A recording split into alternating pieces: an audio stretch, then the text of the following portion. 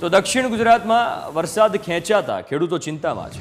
ખેડૂત સમાજે સરકારને પત્ર લખીને પાણી છોડવાની માંગ કરી છે। પાકને બચાવવા નહેરમાં પાણી છોડવાની માંગ કરાઈ છે। ડાંગરના પાક માટે હાલ પાણીની જરૂરિયાત છે। વરસાદ વધુ ખેંચાય તો પાક નિષ્ફળ જવાની ભીતિ છે। ડેમમાંથી નહેરમાં પાણી છોડવા માટે માંગ કરવામાં આવી છે।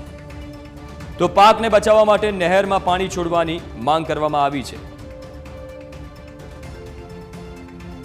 સુરત જિલ્લામાં આ વર્ષે વરસાદ એક અઠવાડિયું લેટ છે, જેના કારણે ખેડૂતોમાં ચિંતાનો માહોલ છે। ખેડૂતોને ચિંતા છે કે સમયસર વરસાદ ન આવે તો પોતાના મહામૂલક પાક માટે આ વર્ષે તકલીફ પડશે।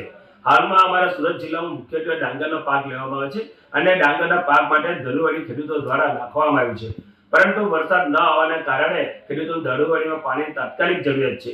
એવા ખેડૂતોના ફોન આવવાથી ગુજરાત ખેડૂત સમાજે એક અધિક્ષક ઇજનેરશ્રીને એક વિનંતી પત્ર લખવાયો છે કે ભાઈ ડેમમાં પૂરતા પ્રમાણમાં પાણી હોવાથી ખેડૂતોને તાત્કાલિક ધોરણે ધરુવાડીમાં પાણી આપો, જેથી કરીને પોતાનો મહામૂલો પાક બચાવી શકે।